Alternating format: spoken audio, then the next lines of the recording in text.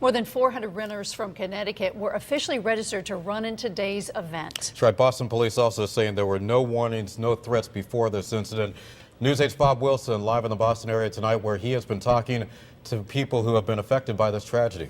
Bob. Yeah, we're right by the ferry terminal as you get off the ferry terminal here, because Boston has been shut down. It is in gridlock. They have shut down all of the trains, the mass transit, the buses, and pretty much just gotten everybody out on foot. There was a family from Connecticut that was here, and they had a relative that was running.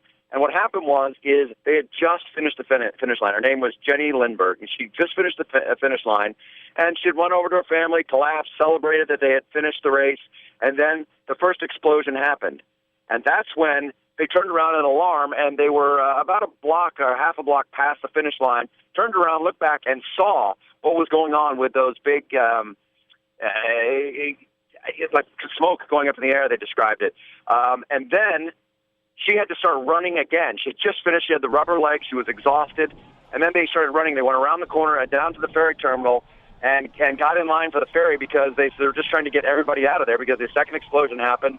And then the third explosion, I'm sorry, not a third explosion, but a third device, we were told, was found in that area. And they were saying they heard that as well as they were running around.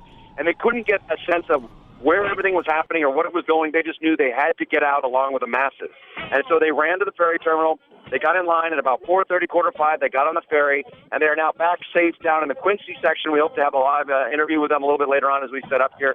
But meanwhile, it has been a crazy afternoon for them. They are safe, they are sound, and they are happy, but they are very concerned for some of their other friends that they have here from Connecticut that were in the race. That's what's going on here on Bob Wilson Live at Quincy at the ferry terminal. News 8.